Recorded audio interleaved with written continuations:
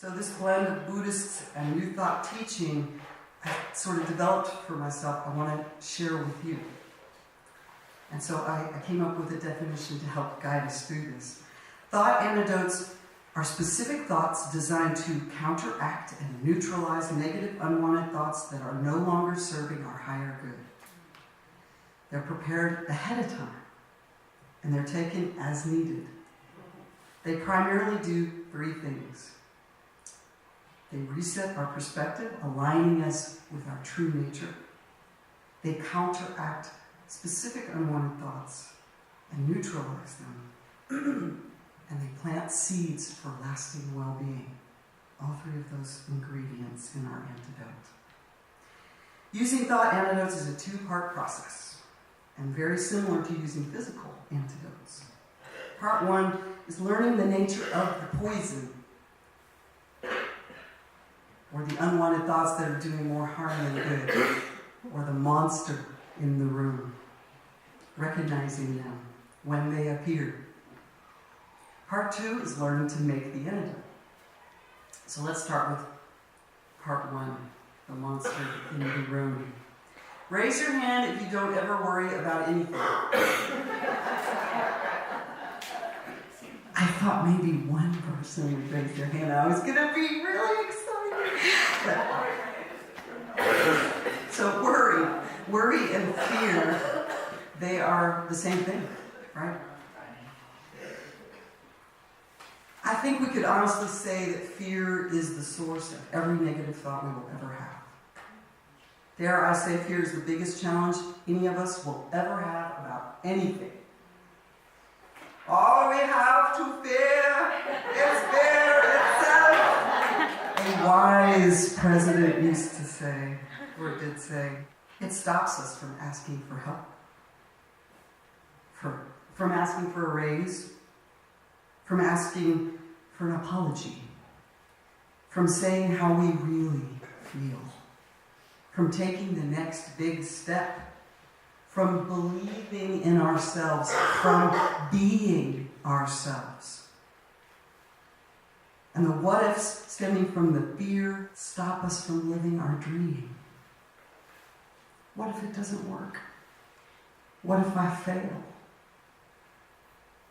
What if I embarrass myself and then everybody's going to think I'm an idiot? It makes us put up walls, right? Or blocks. And it doesn't just block the thing we think we are blocking.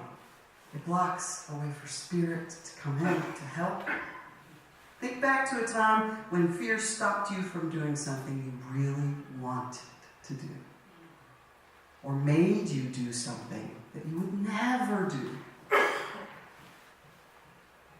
So who's in charge here? Is fear in charge of our lives? Sometimes. How can we be the ones in charge? How can we change that? So let me tell you a story. The night before his enlightenment, the Buddha fought a great battle with the demon god Mara, who attacked him all night long with everything he had. Fear, lust, greed, anger, doubt, all of it.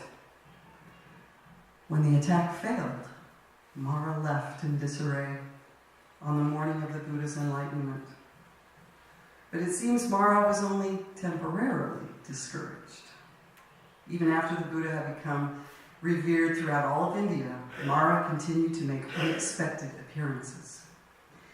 But instead of ignoring Mara or driving him away, the Buddha would calmly acknowledge his presence, saying, "I see you, Mara." He would invite him for tea and serve him as an honored guest, offering Mara a cushion so that he could sit comfortably. The Buddha would fill 2 earthen cups with tea and place them on the low table between them, and only then take his seat. Mara would stay for a while and then go. But throughout his visit, the Buddha remained free and undisturbed. The Buddha teaches us here that the first key to conquering our fears and the poisonous thoughts that arise from them is to recognize them, to face them, to have tea with them. I literally did this. I had tea with my fears at that very dark time in my life when I was in such bad shape. You want to hear the story? Yeah. So back when I was a roving hippie singer-songwriter, which I'm still a hippie songwriter. I'm just not roving as much. I fell in love with Fayetteville a long time ago, and I used to spend my winters here. And because I could, and why not? And so I was living in Jory Costello's dojo in the winter of 2010 and 11. And with all my demons and my heartbreak, my heart was broken. I cried every morning, every evening. And in between all that crying, I was studying, I was meditating, I was doing everything I could. I was reaching for my tools, but I was also reaching for my crutches. And then one morning I woke up and said, I am done with all this crying. I don't want to waste any more of my precious peace of mind. Give that away to someone who is not even here. The Buddhist teachings were starting to sink in. And that's when I decided, instead of being traumatized by my painful thoughts and fears over and over and over again, and spending so much of my energy trying to push them out and shut them off, I would invite them to tea. There was this little round table in the dojo that was perfect for this. And my very vivid imagination helped also. I brought my demons in one by one, and the ones I was particularly dealing with at that time. Fear of rejection sat over here, and I gave them a look. They were different aspects of me. Fear of rejection was all frumpy and disheveled, very unwanted looking. Jealousy was over here, looking very mean and angry and wearing camo. I don't really know what the camo was all about. And self-doubt was over here, having an anxiety attack and a very bad hair day. Yeah, so here we all were, sitting at this table, and I don't know, so now what, right? The book didn't say, here's what you do when you're having tea with your demons. It just said, have tea with your demons. So I'm like, okay, what do I do? So I actually sort of went through the motions of the tea while I was waiting to be inspired and to think of the next thing I should do. So I'm like, okay, would you like two sugar? 2 lumps? 1? Okay, it's okay. How about you? Stop being so angry. Have some tea. So I went through the motions, and after a bit, I decided to ask some questions, which was kind of scary because I was not sure I was going to like the answers. So I turned to fear of rejection, and I said, what are you doing here? And he looked at me and said, you invited me. And I went, okay, truth. I did invite you, didn't I? And I do that every day, don't I? Okay, all right. So I decided to ask another question. So how do I get rid of you? And he said, stop fearing rejection. And I went, okay, wait. Now that's just too simple and straightforward for my very complex analytical mind. But oh my God, is it really that simple? And these are the kinds of questions you ask yourself when you're having tea with your demons, right? So it went on like that. And I kept asking different questions to the different demons. Why are you in my life? Where did you come from? How can I get rid of you? And after it was all over, and after I decided it was over, I felt sort of better, which was saying a lot for that time. Sort of wasn't. I felt really good about the fact that I had done it. I had had tea with my fears, just like the Buddha. But it wasn't really this big liberating thing until later. When fear of rejection showed up again, I was like, Oh, hello again. I see you, Mara. I know you. I had tea with you. We talked. I know why you're here. You're not so scared. Because I'm beginning to understand you. So I invite you to try this exercise. It's a great way to get to know your fears. And it's very important in this process. But you should do it in a safe place where you're not in danger of people looking in at you through the window and going, oh my God, she's lost it. Really, it's just an exercise in mindfulness. And as we witness calmly and without judgment the demons or poisons of our mind, we prepare the way for the antidote to work. And we know just where it needs to go. Because confronting fear is almost always the first step in healing. So part 1 of using thought antidotes is recognizing and understanding them. Part 2 is making the antidote. So the definition of antidote is medicine taken or given to counteract a particular poison. Counteract is the key. Thought antidotes are specific thoughts, here's the definition again, designed to counteract and neutralize negative, unwanted thoughts that are no longer serving our higher good. They are prepared ahead of time and are taken as needed when Mara or any of our demons show up. They do 3 things: reset our perspective, align us with our true nature, counteract specific unhelpful thoughts, and plant new seeds. So to align with our true nature, it helps us to understand what our true nature is. What is our true nature? I'll tell you. We are divinely created children of love. This is why thoughts and actions of love bring us joy, healing, literal well-being. And thoughts arising from fear, if left unchecked, bring us depression, sickness, and stress. Our true nature arises from love and is divine, infinite, eternal, reaching beyond time and full of potential. Just like the sky. Are you ready for this? This is deep. Paul Levy said, the intrinsic purity of our true nature can be likened to how the clouds in the sky, though apparently obscuring the clear nature of the sky, in actuality never touch the deeper spacious nature of the sky or change it one iota. Though both the clouds and the sky are present together, the clouds never become part of, nor touch the space-like nature of the sky.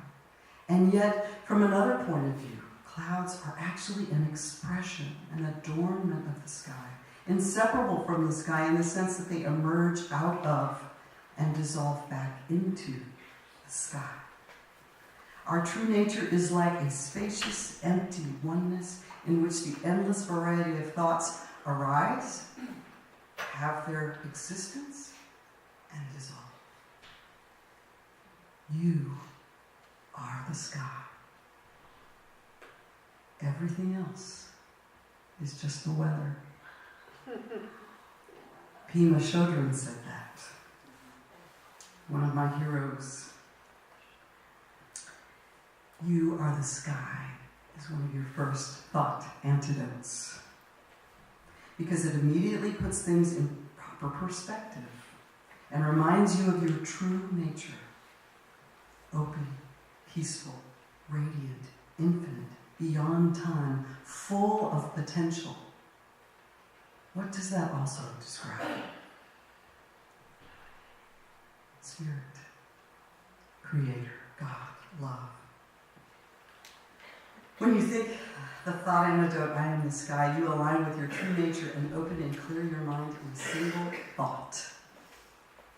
The other 2 things that thought antidotes do, and we're going to go through this together in just a second, is they counteract unwanted thoughts and plant new seeds so that when nurtured, they take firm root, making a more beautiful, healthy space and keeping it that way. So let's try an example of how this works. Let's say you're trying to do something that you really like write a new song and you're having trouble. I can't do this, I can't do this, I can't do this, I can't do this. Oh, hi, Mara. I see you. You're self-doubt, aren't you? Yeah, we had tea. You're not so scary. I know why you're here, and other things about you as well. So that was part one. I recognized self-doubt. Part two. I have the thought antidote here and ready to go. I am the sky. And you are just a cloud passing by. You know what? I bet I really can do this.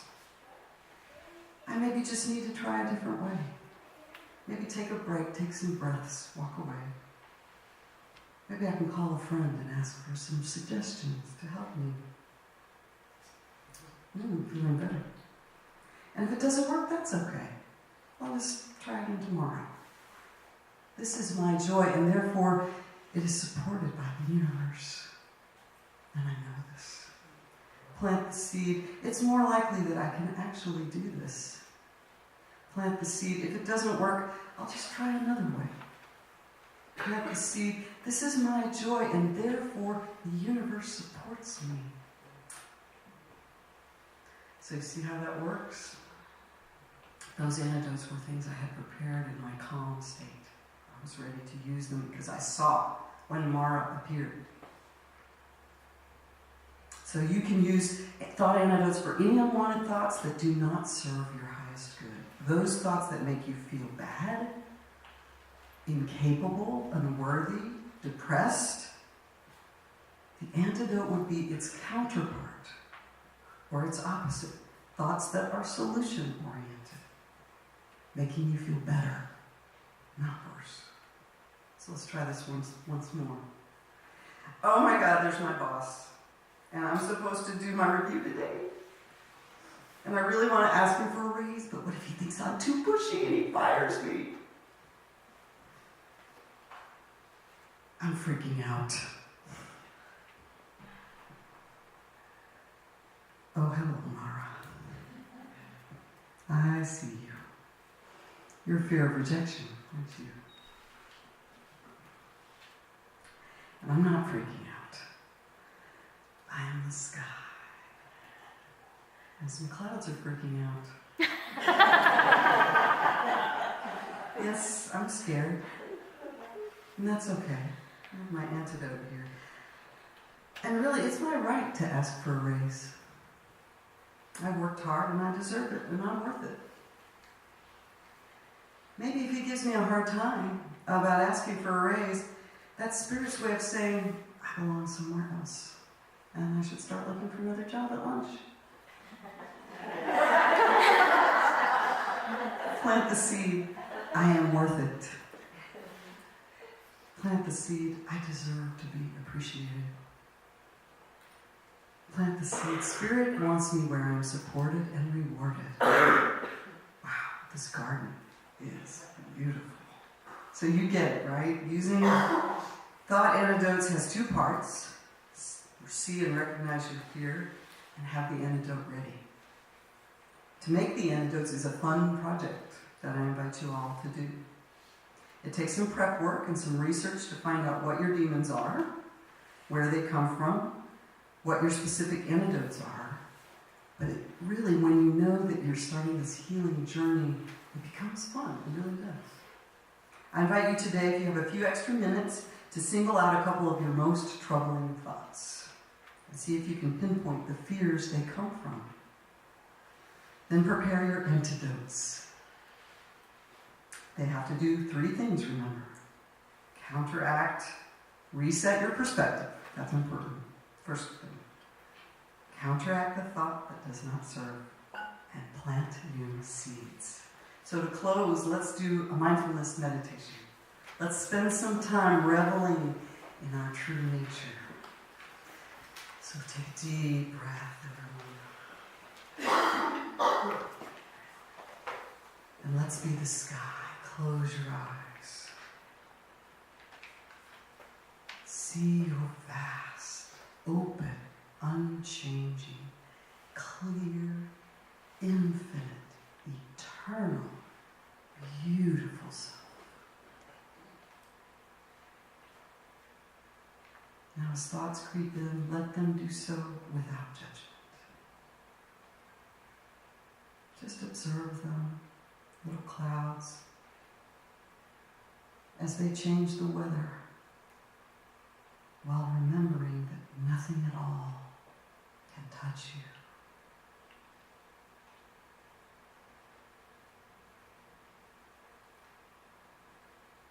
What is permanent about our mind is the fertile nature of it. What we nurture within it will grow. So just below your sky, I invite you to place a brand new garden. And you can take this home with you today. This is your garden for all time. You can keep it and nurture it always. And as you nurture your thought antidotes, this is the spot where you will plant your seeds. You can imagine it any way you like. The rich, nutrient soil. And you will provide just the right amount of radiant soul shine. So I invite you to plant this seed right now. I am love. And with love, all things are possible.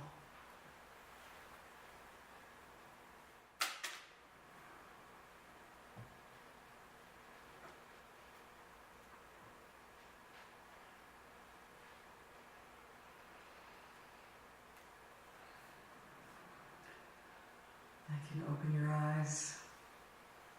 I will have a transcript of this talk on my blog, gingerdoss.com/blog, so that if you want to reference any of this, you can go and look and see in case you missed something or you wanted to figure out, how do I do that again? How's that go?